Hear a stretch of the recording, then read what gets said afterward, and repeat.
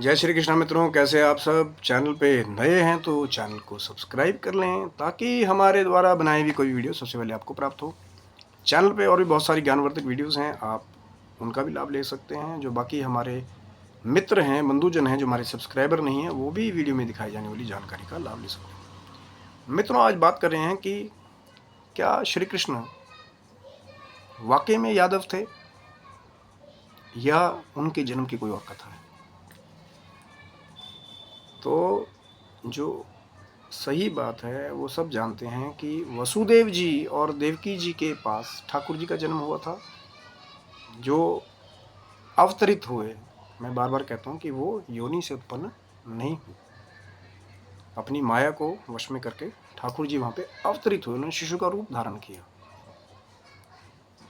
नई जनरेशन वालों को समझाना बहुत कठिन है, लेकिन भैया चमत्कार होते हैं, पहले सतयुग से होते आए हैं, जिनका प्रमाण हमारे शास्त्रों में मिलता है।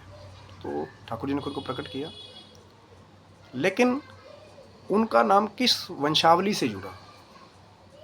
अब कई जो आते हैं वो यादव कुल को वो वैश्यों के साथ, जैसे तीन जो चार वर्ण बने हैं हमारे, ब्राह्मण, क्षत्रिय, वैश्य और शूद्र। तो जो ग्वाले हैं, ग्वाल बाल है, उनको वैश्यों के साथ, बनियों के साथ जोड़ के देखा जाता है,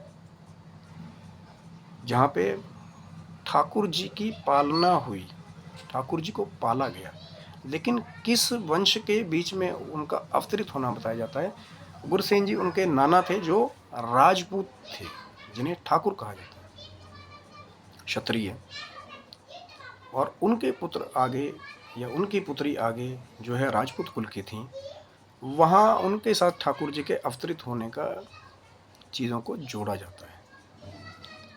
और यादवों में जब नंद राय जी के घर, जब वो कल कोठरी में पैदा हो गए, फिर उसको जो है कारागार को छोड़ करके जब वसुदेव जी उनको लेकर के जमुना को पार करके अपने घर, दोस्त के घर नंद राय जी के वहाँ गए, वहाँ ठाकुर जी को छोड़ आए, वहाँ से योग माया को ले आए।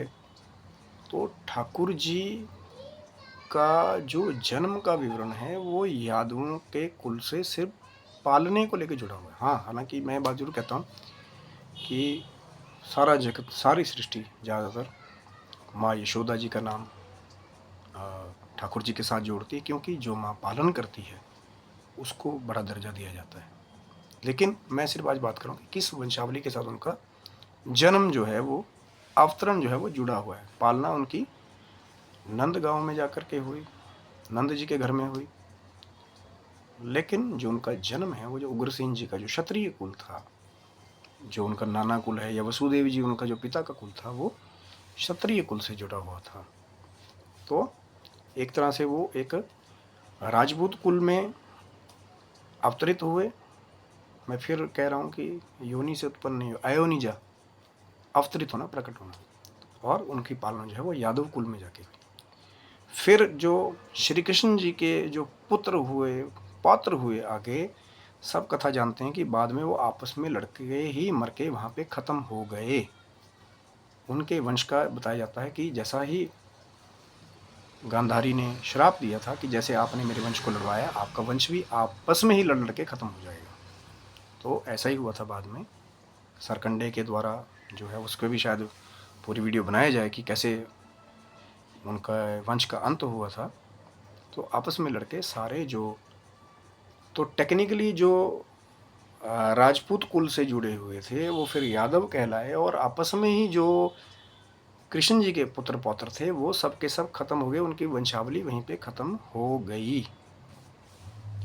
पर वही कई बार द्वंद्व लोग प्रश्न पूछते हैं कि शिव जी तो यादवों के कुल में उत्पन्न हुए,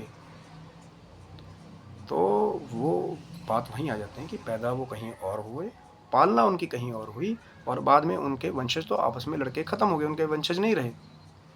अब कोई विद्वान आकर के कोई और ग्रंथ अगर है उनके पास में, कहते हैं कि नहीं उनका कोई वंश का बच्चा बच गया और आज भी उनका वंश चल रहा है, तो मैं उनका स्वागत करता हूँ। आएँ आप भी, थोड़ा हमारा जो अल्प ज्ञान है उसको आप और बढ़ाएं।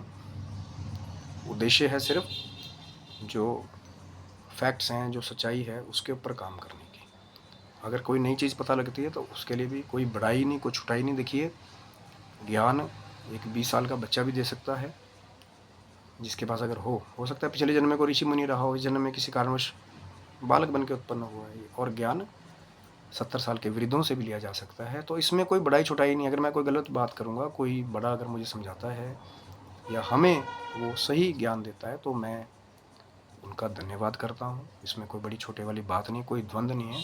और दो ज्ञानियों की लड़ाई में तीसरे को फ़ायदा जरूर होता है। जब दोनों तरफ से ज्ञान के अस्त्र छूटते हैं तो तीसरा उससे लाभान्वित होता है। सिर्फ एक ज्ञान की चर्चा है, उद्देश्य वही है कि फैक्ट्स पे काम करना। अगर कोई बड़े बड़े विद्वान हैं एक से एक चोटी के भारतवर्ष में, तो अगर कोई नए ज्ञान से हमारे को जो है वो अवगत कराता है, तो मैं बहुत धन्यवादी हूँ उनका कि एक नई चीज़ पता सीखने को मिलेगी, नई चीज़ पता लगेगी, भले ही वो कोई 20 साल का बच्चा ही हो। पर जो फैक्ट्स हैं, जो हमारे शास्त्र वेद, अब कई जगह लोग उपनिषद का भी नाम लेते हैं, तो उसके आधार पे जो चीज़ें हैं, तो उसके बारे में कई बार ऐसा होता है कि हम भी कोई चीज़ छोड़ देते हैं, कोई नया लोग हमें कोई नई चीज़ बताते हैं, किसी संत महात्मा से नई चीज़ सीखने को मिलती है। तो सबका स्वागत है, और आकर के नए ज्ञान से हमारे को अवतरित करा सकता है। लेकिन वही बात है कि कोई भी बात आपने कहनी है, कमेंट बॉक्स में आप आएँ, त्रुटि लगे तो सरल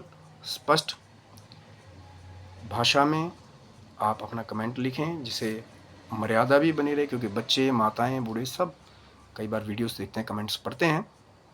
अभद्र भाषा का प्रयोग ना करें। कोई भी त्रुटि अगर आपको लगे तो स्पष्ट भाषा में कह दें।